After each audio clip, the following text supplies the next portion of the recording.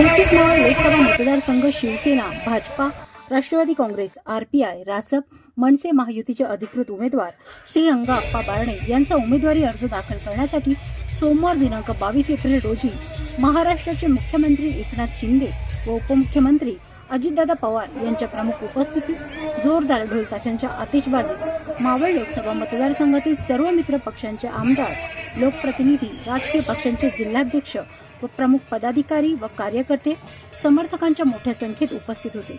पदाधिकारी आणि कार्यकर्त्यांनी खंडोबामाळ चौक ते PMRDC ऑफिस प्राधिकरण येथे जोरदार शक्ती प्रदर्शन करीत अर्ज दाखल केला.